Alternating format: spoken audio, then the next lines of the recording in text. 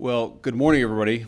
And let me say a couple of notes of appreciation. First of all, to the Prime Minister of Pakistan and to Field Marshal Munir, who were both incredible hosts.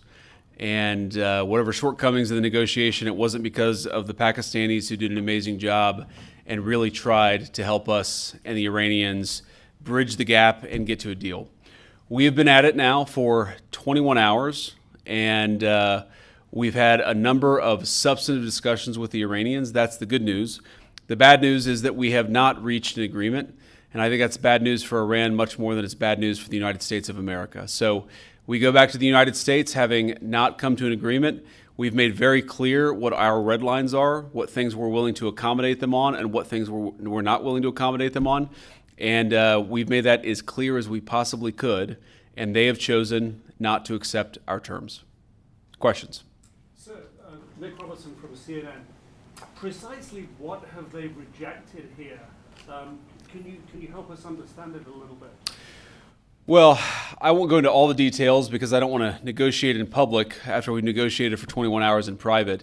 But the simple fact is that we need to see an affirmative commitment that they will not seek a nuclear weapon, and they will not seek the tools that would enable them to quickly achieve a nuclear weapon. That is the core goal of the President of the United States, and that's what we've tried to achieve through these negotiations.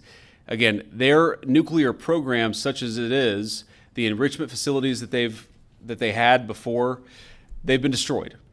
But the simple question is, do we see a fundamental commitment of will for the Iranians not to develop a nuclear weapon, not just now, not just 2 years from now, but for the long term? We haven't seen that yet. We hope that we will.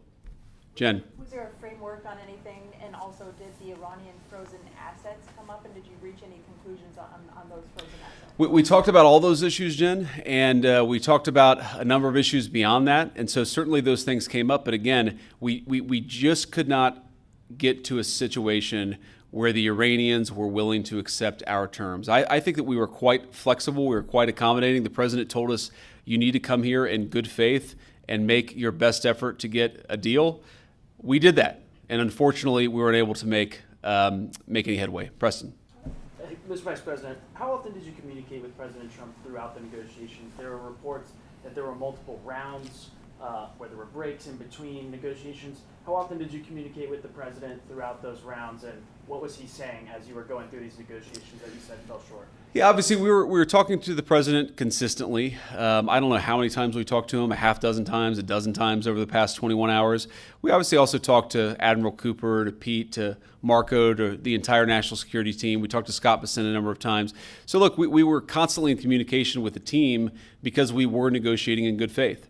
And we leave here with a very simple proposal, a method of understanding that is our final and best offer. We'll see if the Iranians accept it. Thank you.